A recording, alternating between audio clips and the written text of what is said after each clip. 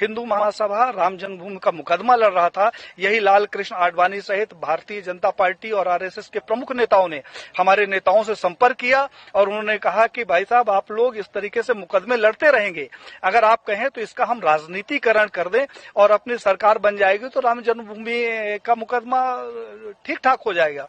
और साहब, हम लोग साइलेंट हो गए, अपनी छाती में इनको बैठाकर पूरे भारत में रथ यात्रा निकाली और उस रथ यात्रा से इकट्ठा हुए 1400 करोड़ रुपए ये लोग डकार गए, जिसका आज हिसाब नहीं है। तो 1400 करोड़ रुपया ये खा गए।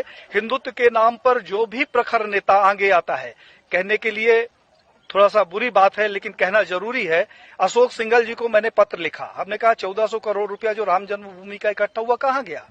अशोक सिंघल जी से हमारा बड़ा आत्मिक लगाव था। उन्होंने उसका जवाब दिया और मुझे फोन किया कि पांडे साहब, मैं अयोध्या जा रहा हूं, आप आ जाओ, आपसे कुछ बात करना है। मैं जब अयोध्या गया तो एक गले में वो पीला टॉवेल रखते थे, उन्होंने जो शिला रखी हुई थी उसकी धूल झाड़नी शुरू कर दी।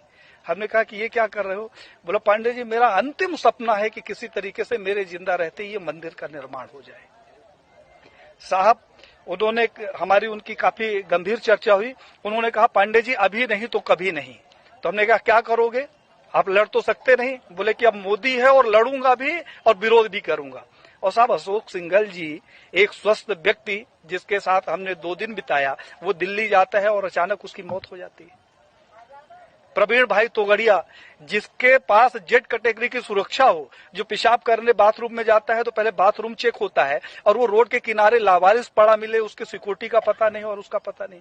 कमलेश तिवारी, जिसकी सिक्योरिटी के लिए 24 गार्ड नियुक्त थे, हमारे पास उसके पत्र है साहब, और उस आदमी की हत्या हो जाती है और हत्या का कारण सिर्फ ये होता है कि उसकी सुरक्षा में कमी कर दी जाती है।